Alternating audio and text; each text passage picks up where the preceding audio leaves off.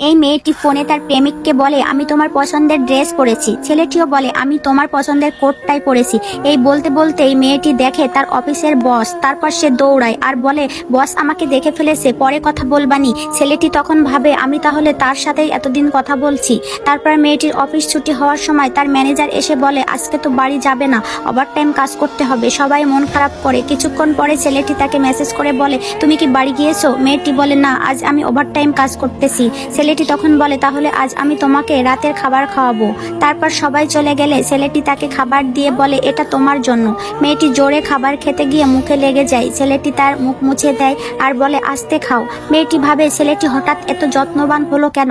তারপর সে ভাবে, নিশ্চয়ই আমাকে দিয়ে আরো কাজ করিয়ে নেওয়ার জন্য আমাকে এখান থেকে কেটে পড়তে হবে। এই বলে তার বসকে ধন্যবাদ দিয়ে চলে যায়। পরের দিন সে লেট করে আসায় তার ম্যানেজার তাকে বকাবকি করতে থাকে। ছেলেটি সেখানে আসে এবং তার ম্যানেজারকে বলে চলে যেতে।